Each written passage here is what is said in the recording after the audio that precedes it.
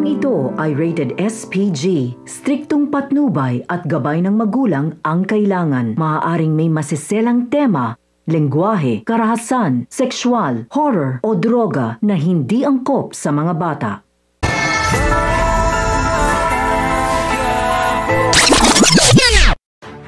Mga dapat nating abangan sa FPJ's Batang Quiapo.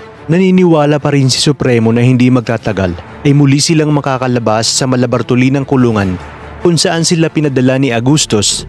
Sinabi ni Berting na mas masahol pa ang mga kapulisang tuta ni Agustos dahil nagiging sunod-sunuran ang mga ito sa gusto ni Agustos, gayong alam naman nilang may katiwalaang ginagawa ang direktor ng Inleya.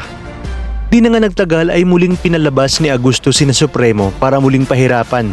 Sakto naman nadadaan si Mando at Rigor kung kaya't nakita nila kung saan ikinulong sina Supremo na siyang ipinagtaka ni Rigor kung bakit may sekreto palang kulungan sa loob ng opisina ni Suarez.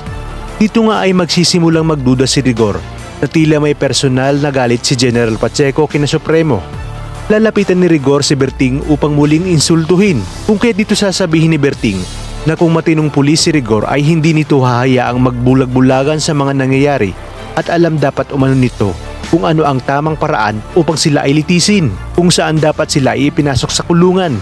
Dito na nga isiniwalat lahat ni Berting at Primo kay Rigor ang baho ni Pacheco at Suarez na si Pacheco ang siyang utak kung bakit laganip ang droga sa buong Kamaynilaan.